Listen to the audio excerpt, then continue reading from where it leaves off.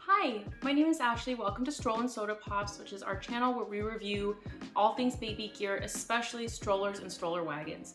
We've been reviewing stroller wagons for about 3 years now, and I have to tell you, after spending over $10,000 on stroller wagons, we've learned a lot. So we wanted to make this video to help you understand some things that you want to consider when you're shopping and some things that may not be as important as you think they are.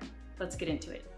The first thing to consider, and something that I get asked about a lot, is a footwell important? A lot of people, especially parents, they really think that footwells are super critical to having for their stroller wagon purchase. And I'm going to tell you that unless you have a child that has medical issues and they need that kind of seated position or something along those lines, for a lot of kids, a footwell just is not critical. Actually, a lot of times when you have a stroller wagon that has a footwell in it, it does bring the weight limit down. You'll notice that those seats have a maximum capacity of 50 or 55 pounds per seat.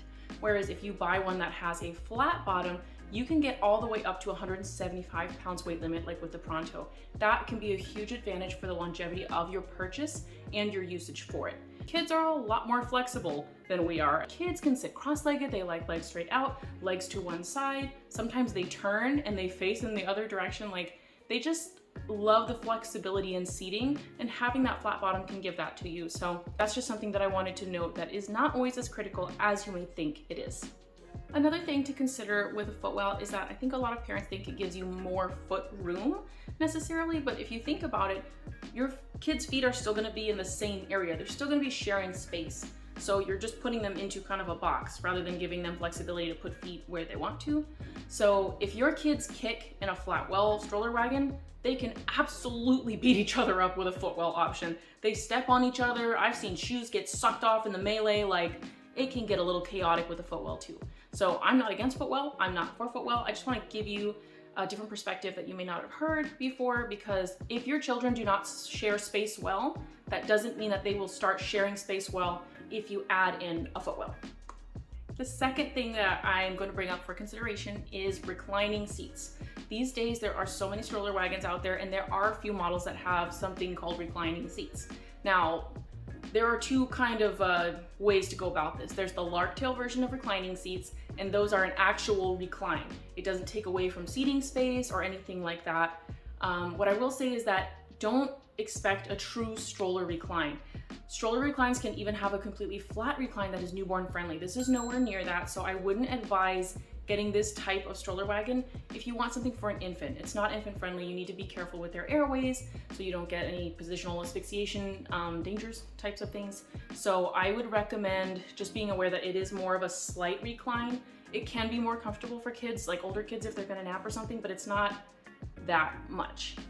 The other thing that you can consider is kind of a wonderful style recline where you have the bench seats and you go ahead and you scoot those side clips forward toward the center of the stroller wagon to give your child more of a recline. Now, that is a really nice feature. Similarly, I wouldn't use it for infants. It's not rated for that kind of usage. But also what you need to consider with that type of recline is that when you move the seats in and you push those clips forward, that eats into the foot space of the stroller wagon. So where kids would normally dangle their legs is going to be taken up by the reclining seat. And if you do both of them, you won't have any space in between for legs. So it depends on, if you have like one or two riders and they're gonna sit on the same bench and recline at the same time, that wouldn't be an issue. But if you have riders on different seats and you have one that starts to recline, that child is gonna have significantly less area for their legs. So that's something that I didn't know before I bought that type of wagon, because the Keens XC Plus can do that, the Rainbow Baby Amaze can do that, Wonderfolds can do that. So different kinds of wagons that have that style of bench seating can accommodate that kind of recline, but they don't really advertise that it does scoot the seats in closer to each other. So that's something that you're going to want to consider. Something else that you may not think about that could be important is the push and pull style of your stroller wagon. Some stroller wagons can only push. Some stroller wagons have push and pull options, and they go about it in various different ways. Just something to think about is that there are kind of two styles of wagons. There's the ones that push like a stroller, and there is another type that's such as the Joey, the Anthem, the Veer wagons. Those you can push, but they push backwards like a dolly. The fixed tires are in the front, the big tires. when you're pushing. So you can push it, but it feels very different than a stroller push.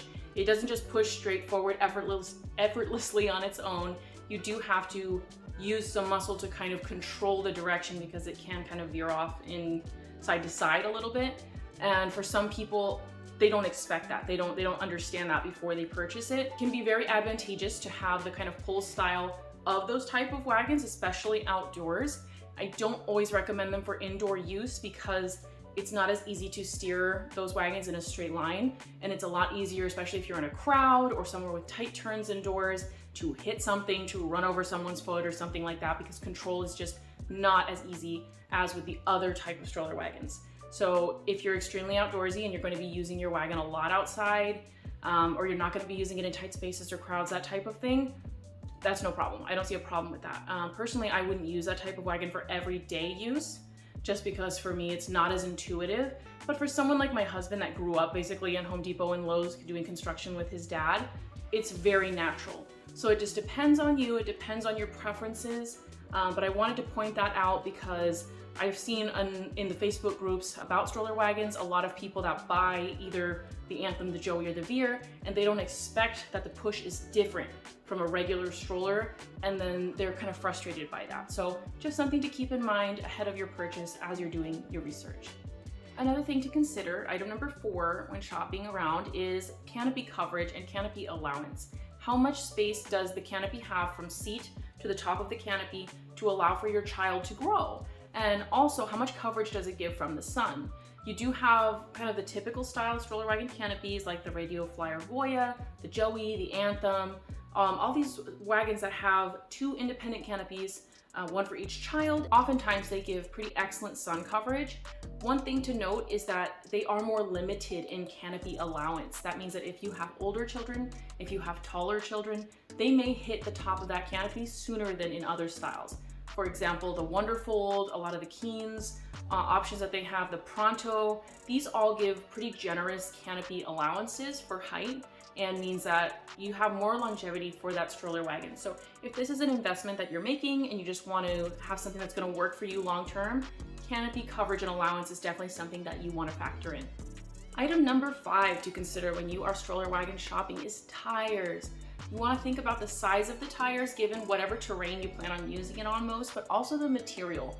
It's kind of a shame there are many stroller wagon brands out there that advertise all-terrain tires, because if you're trying to go over gravel, if you're going through thick grass, even if you're going on compact sand or something like that, you want tires that are going to be on the thicker side, that are going to be bigger if possible.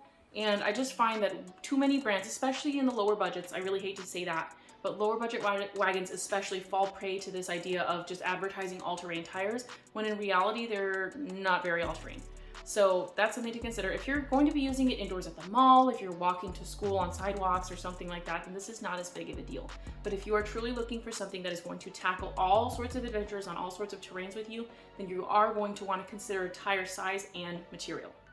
One more thing to consider when you're thinking about tires, all-terrain performance, and you're reading blogs, you're watching reviews online, however you're doing your research, is the person that is testing these stroller wagons, do you see them testing it on different terrains? Can they actually report to you in real time what that experience was like, and can you see it for yourself? Because a lot of reviewers don't do that. They simply say it does great on all terrains, and you don't actually see any testing done. That's a little bit of a red flag.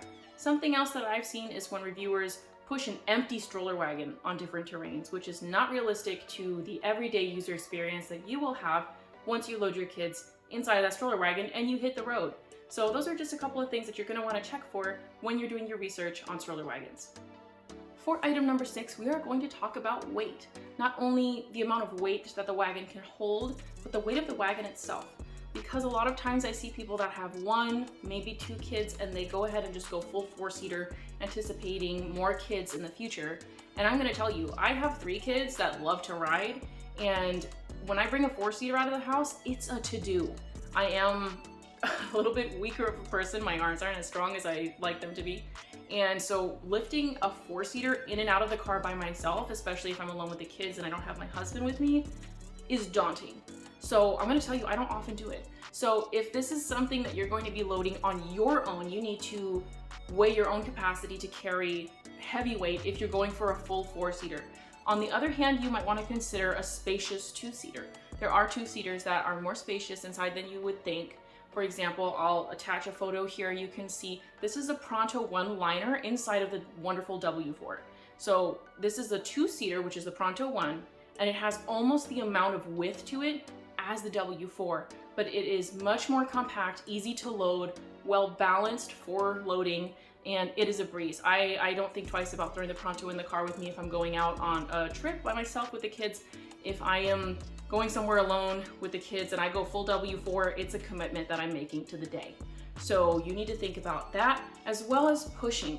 If you load up however many 150 pounds of kids or something into the wagon with you and you are pushing those kids, you are gonna have to push the weight of the kids and of the wagon itself. So if your wagon is 60 pounds and then you add as many pounds of kids as you do in there, that's going to add up, and that will affect the amount of effort you have to put into that push. So while they are excellent wagons, a lot of the 4-seaters out there on the market, I just want you to also consider the weight of the wagon and what you are loading into it. If you're out for a long day and you're bringing a lot of equipment, gear, food, snacks, water, whatever it is, that's all going to add on weight to the load that you're pushing.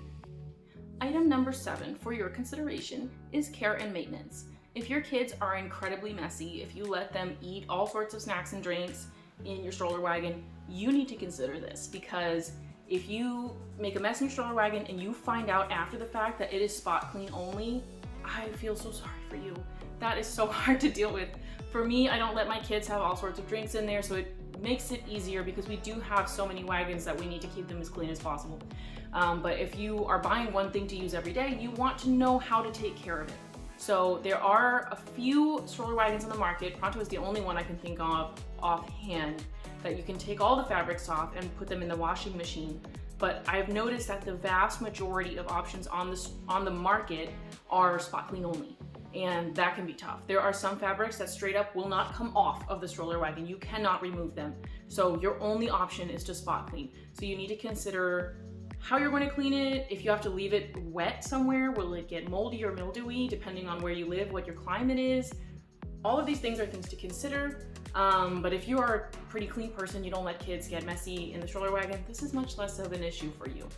Another thing that people are often talking about in the stroller wagon groups is, will I kick the brake on whatever stroller wagon I'm looking at? I want to let you know that for the most part, adjusting handlebars are fantastic, but they are mostly for the comfort of your arms at the height at which you will be pushing the stroller wagon. That will not necessarily affect the length of your stride if you're going to kick that brake. There are some stroller wagons that have brakes that do jut out more, so hopefully if you're looking at something that we've reviewed, you'll watch our videos because we do address those things. But as far as kicking the brake, many times it's due to your stride. I've seen parents that have the same stroller wagon that are 6'7" or 5 foot and they don't kick the brake, but there's somebody that's 5'4" that does. And I'm gonna tell you that's because of your stride length. If you take very long steps, you are much more likely to kick that brake. That is something that you can adjust yourself and take shorter steps, but it also depends on your arms. Are you pushing with your arms straight out? Are you pushing with your arms more relaxed this way? That is also going to affect how close you are to the stroller wagon. So I wouldn't necessarily count on having an adjustable handlebar, meaning that you won't kick the brake. If you're concerned about that, check out videos to check on what the brakes look like on that particular stroller wagon, but also know that your stride has something to do with it.